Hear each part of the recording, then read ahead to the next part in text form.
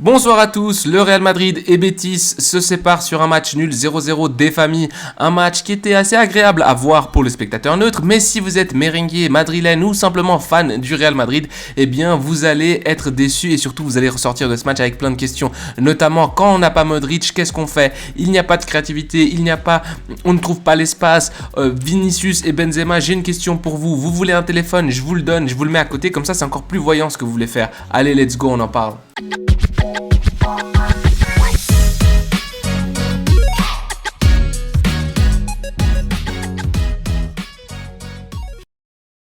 Comme d'habitude, on commence par un bref résumé de la rencontre. Meilleur joueur des Verts et Blancs, c'est Ayoze Perez qui, dans les 5 premières minutes, est le joueur le plus percutant du côté de Betis. 9e minute, grosse frappe de Perez aux abords de la surface. Excellente claquette de Courtois pour mettre en corner. 12e, but de Benzema. 2 coups francs, il enveloppe sa frappe, mais elle touche la main de Rudiger avant de rentrer dans la lucarne. La VAR annule correctement, selon moi, le but.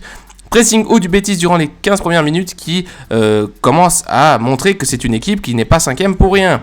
Sabali empêche Vinicius Junior d'exister durant les 20 premières minutes. 25e, Camavinga fait une faute inutile encore en zone médiane en écrasant le numéro 28 du Betis, il se reçoit jaune. 30e, remise de la main de Courtois en profondeur pour Vini directement qui passe son défenseur et centre en retrait facile pour l'intervention du défenseur central adverse.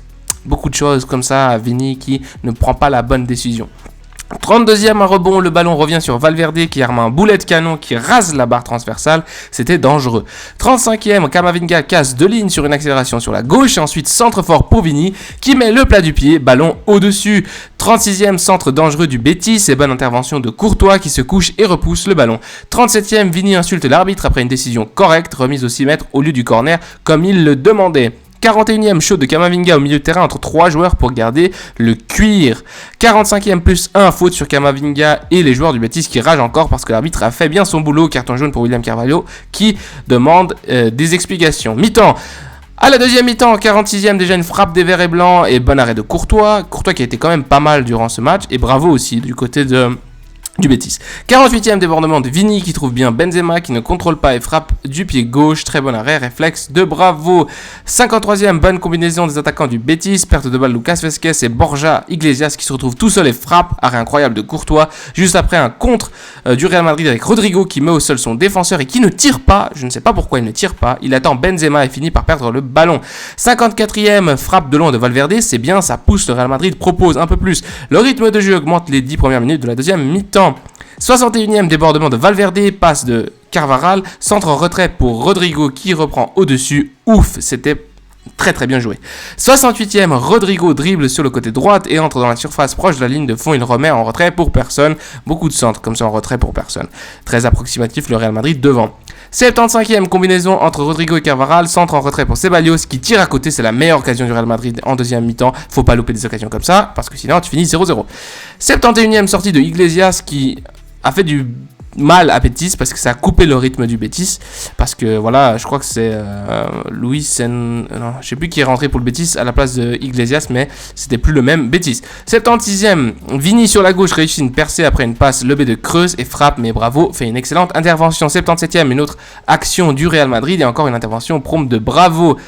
93e, Benzema donne le ballon à droite dans le dos pour Carvajal, il s'en veut, c'était à peu près la dernière action du match. Et ça se finit sur un 0-0 des familles. En ce qui concerne les changements, Carvajal pour Vazquez, c'était une bonne idée à la 59e. Carvajal qui a donné plus de profondeur, qui a pu faire quelques bonnes combinaisons avec Valverde, avec Rodrigo, donc c'était pas mal. Nacho pour Camavinga, ça a servi à rien. Nacho n'apporte rien offensivement et il est trop lent. Ceballos pour Tchouaméni, il a essayé de construire un petit peu plus, donner du temps de jeu à Ceballos pour voir s'il nous sortait quelque chose. Ceballos qui a pris une position un peu milieu gauche, milieu centre, qui récupérait beaucoup de ballons et qui essaie de construire, qui sortir avec le ballon proprement, mais c'était difficile, surtout qu'il se faisait siffler par son ancienne maison qui était le Betis. Donc voilà, les supporters l'ont pas loupé. Alvaro Rodriguez qui rentre à la 87e. Carlo, je sais pas, si tu veux lui donner du temps de jeu, donne-lui du temps de jeu, mais fais pas ça.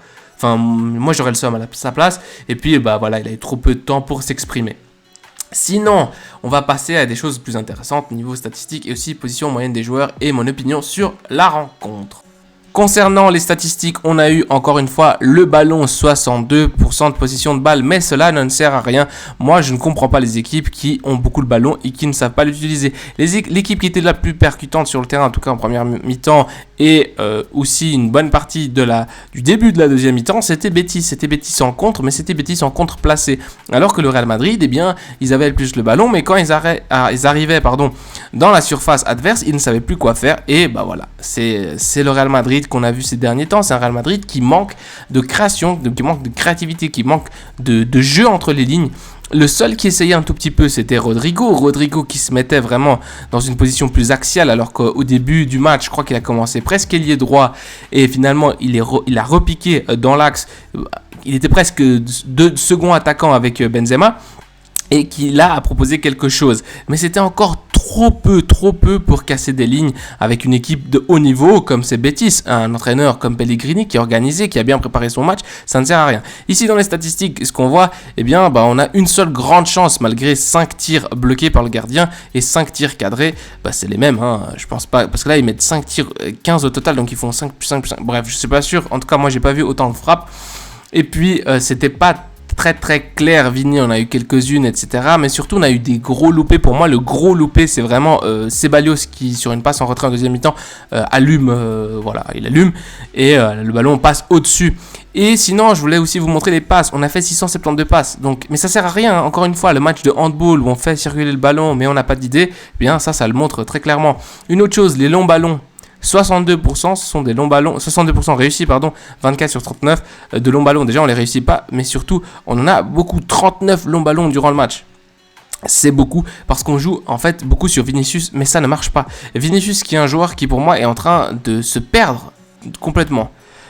Il s'énerve contre l'arbitre, c'est le seul joueur qui peut, et je suis pas catalan, je suis pas du FC Barcelone, je suis vraiment fan du Real Madrid, et pour moi Vinicius je l'adore en tant que joueur, en tant que qualité technique, en tant que, quand il nous marque des buts, quand il nous fait ces belles combinaisons avec Benzema, je l'adore, mais là, depuis quelques temps, Vinicius a perdu la tête, Vinicius insulte l'arbitre, on le voit en fait, j'arrive à lire l'espagnol sur les lèvres, parce que je suis espagnol, donc du coup je comprends très bien cette langue, et Vinicius est le seul joueur à complètement insulter l'arbitre et il se prend pas la deuxième jaune.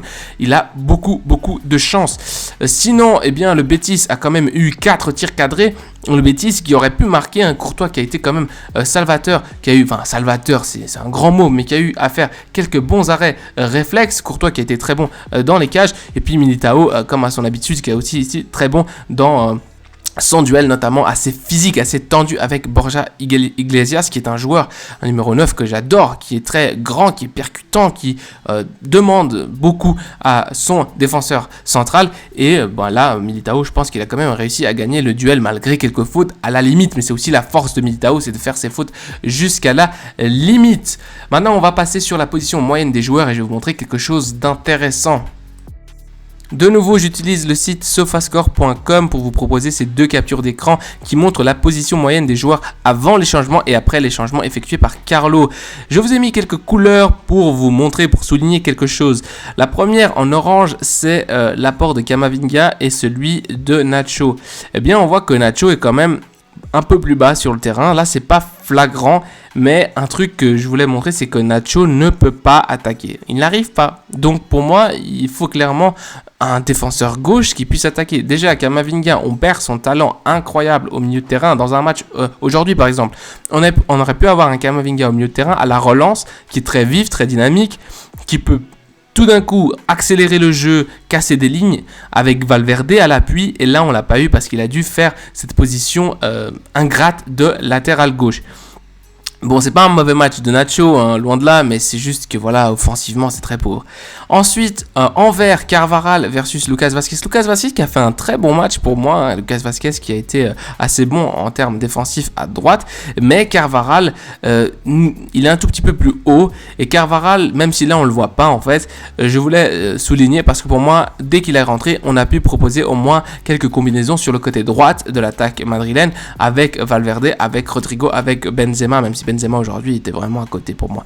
Donc voilà, le problème c'est que à nouveau on a un seul latéral droit et puis Carvajal ne peut pas tenir les 90 minutes. Je pense aussi que peut-être Lucas Vázquez a fait un très bon entraînement et il voulait lui donner un peu de temps de jeu.